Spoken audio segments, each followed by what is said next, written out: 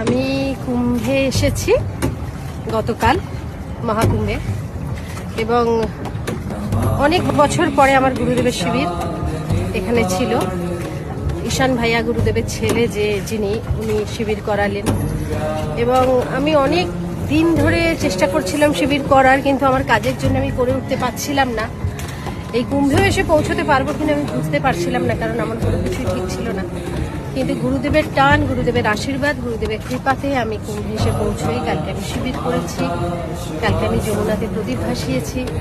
আজকে আমি সঙ্গমে যাচ্ছি ডুব দিতে। আর কুম্ভমেলা একটা অন্য ধরনের এক্সপিরিয়েন্স। আমার মা অনেকবার কুম্ভতে এসেছেন, মা প্রায়ই আসতেন। তখন আমি বুঝতাম না মা কেন কুম্ভতে আসেন, আমি খুব রাগ করতাম। তো আমি কালকে কুম্ভমেলায় এসে বুঝলাম যে কেন এত মানুষ কুম্ভমেলায় আসে।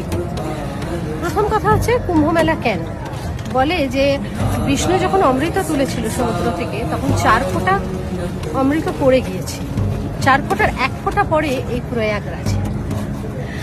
তো সেই জন্য এখানে কুম্ভমেলা হয়, এবং বিশ্ব শান্তি সৃষ্টিতে এবং পৃথিবীর সঙ্গে মানে মর্তলোকের সঙ্গে স্বর্গলোকের সম্পর্ক প্রতিষ্ঠা স্থাপনের জন্য ভরদ্বাজ মুনি প্রথম কুম্ভমেলার আয়োজন করেছিলেন, এবং পরবর্তীকালে শঙ্করাচার্য কুম্ভমেলার আয়োজন করেন, এবং তখন থেকেই কুম্ভমেলার প্রচলন।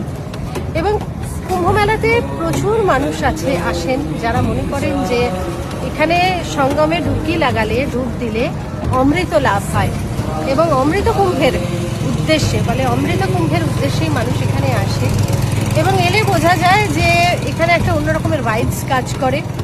হ্যাঁ, অনেক রকমের প্রতিবন্ধকতা আছে। অন্য জায়গায় গেলে আমরা যে কমফর্ট পাই, বিশেষ করে এইটা 144 বছর, 3, 6, 12, 144 বছর এই অনুযায়ী কুম্ভ মেলা হয়। এই 144 বছরের যে কুম্ভ মেলাটা, সেটা তো মানুষের 2 জন্ম পরপর আসে, আর যেহেতু আগের জন্মের কথা আমরা কেউ মনে করতে পারি না, সুতরাং এই কুম্ভটায় মারাত্মক ভিড়। এবং ভিড় মানে প্রচন্ড ভিড়, প্রচুর মানুষ আসছেন, প্রচুর রেস্ট্রিকশনস করে দিয়েছে, সেই পরিমাণ ভেহিকেলস নেই এখানে। প্রচুর মানুষ হাঁটছেন রাস্তা দিয়ে, এবং মানুষরা যেখানে সেখানে শুয়ে আছেন, কিছু করার নেই। প্রশাসন খুবই অ্যাক্টিভ, পুলিশ দারুণ কাজ করছে, ব্যবস্থাপনার কোনো ত্রুটি নেই। কিন্তু ওভার ক্রাউডেড হয়ে গেলে যা সমস্যা হয় তাই সমস্যা হচ্ছে। এবং যখন কোনো জায়গার ডিমান্ড বেশি হয়, তখন তো সেখানে টাকার একটা ডিমান্ড সাংঘাতিক জায়গায় যায়, সেটাও আছে এখানে। সেই জন্য হয়তো অনেক অসুবিধে করছেন। বিশেষত হচ্ছে যে মুশকিল যেটা হচ্ছে যে এত মানুষ আসছেন, তাদেরকে যেহেতু প্রপার ভেহিকেলস এখানে বন্ধ করে রেখেছে, কারণ এত জ্যাম হয়ে যাচ্ছে, এত ভিড় হয়ে যাচ্ছে, এত শয়ে গাড়ি আটকে যাচ্ছে, প্রশাসনেরও কিছু করার নেই। সেজন্য মানুষকে প্রচুর হাঁটতে হচ্ছে, এবং কোনো রকম যানবাহন ছাড়াই যাতায়াত করতে হচ্ছে। এটা একটা সমস্যা হয়ে আছে।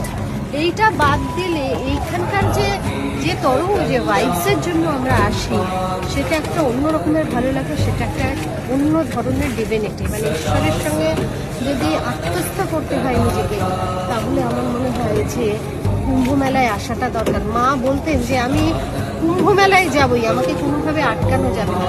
এবং কেন বলতেন এই কথাটা, এই জীবনে প্রথমবার কুম্ভ মেলায় এসে বা কুম্ভে এসে আমি সেটা অনুভব করছি। এবং সব থেকে বড় কথা, আমি তো ভিড়বিহীন মানুষ, কারণ আমি একদম ভিড় অ্যাভয়েড করি।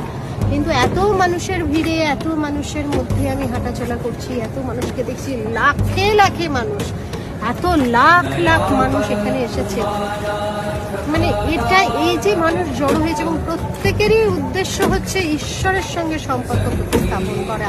মানে পুনরাপি জননম পুনরাপি মরণ, এই যে জন্ম মৃত্যুর চক্র থেকে, মানে জন্ম মৃত্যুর যে চক্র, তা থেকে মুক্ত হওয়ার জন্যই কুম্ভ মেলায় ডুবকি লাগাতে হয়।